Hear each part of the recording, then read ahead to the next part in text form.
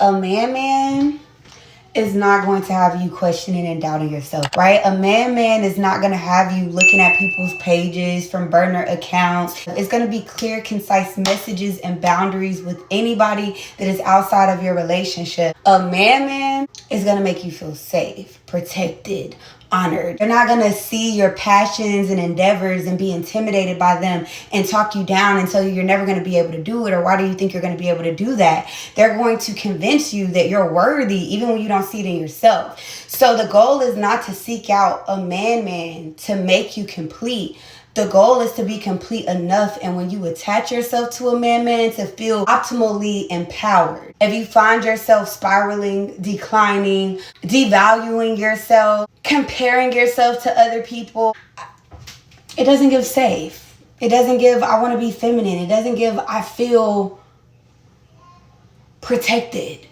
And in those type of environments, why am I here? I'm just saying that to encourage people that may be in connections or associated with people, or even waiting on people for feelings that aren't even the optimal feelings. Like, it's better feelings to feel. Instead of being insecure and doubting yourself and your worth and your value and being stagnant and being fearful when it comes to chasing your dreams, there's somebody that you could connect with, even if it's not another masculine individual. Sometimes it's just yourself that you got to connect with and build yourself up. It's better than being in a place that is causing you to decline. It's better than being in a place that is conditioning you and programming you to forget who the fuck you are. When you get to that place, it's time to distance yourself and rebuild yourself. It's not even about diving into the next thing. Okay, it's about building yourself up and getting back to her and remembering who you are. Remember who the fuck you are. A man that loves you and values you would not even leave you with a shadow of a doubt. I don't want y'all to get it twisted. A man can still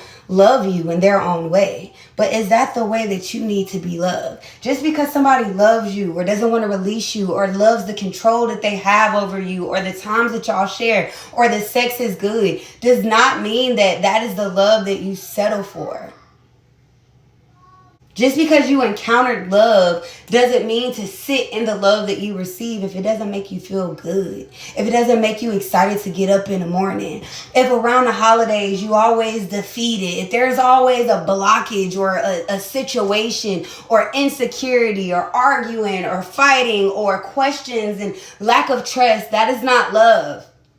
That's typically codependency. Sitting in the fear of the unknown, scared to move around because of traditions and titles and things of that nature. There are better feelings to feel. There are men that will consider you and your hardships and your imbalances. There are men that you don't even have to say anything. They will just hear you.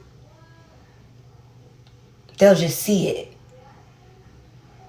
You don't have to tell them you had a bad day. They notice your energy is off. And you don't have to be spiritual with candles and crystals, but just emotionally aware and emotionally intelligent. We should all want that for ourselves. A safe environment, direct communication, vulnerability, safety.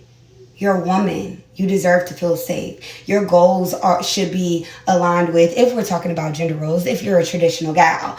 But you're nurturing, you're loving, you cultivate environments with your love.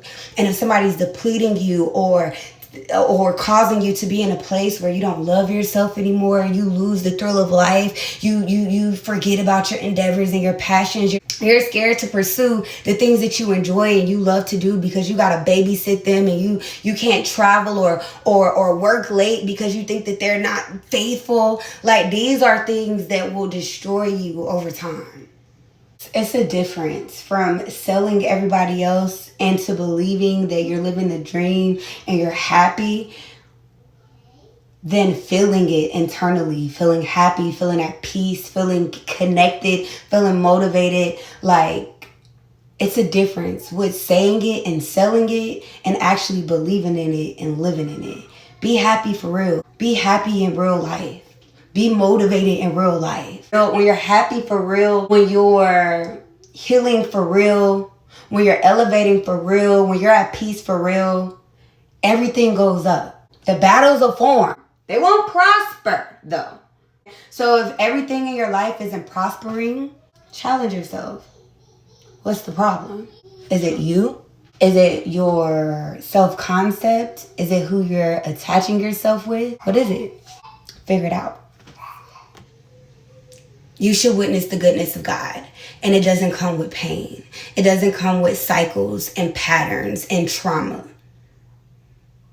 And although we experience these things because we're human, we have ego, we have pride, we play get back, we don't always operate in our highest frequency.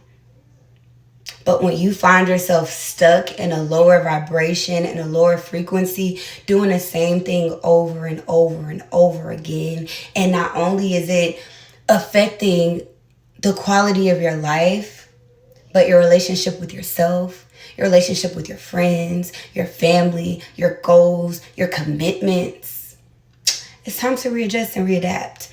I encourage you to talk to yourself boldly, relentlessly. Especially if you're in a dark hour, especially if you're in a bad situation, especially if you lost yourself a long time ago, especially if you find yourself competing with people or indulging in lower vibrational activities to ignore the thing that Spirit is really trying to get you to do, which is probably to call you into obedience or to step away from things that are making you feel devalued or disconnecting you from the highest version of yourself. Okay? But I love y'all.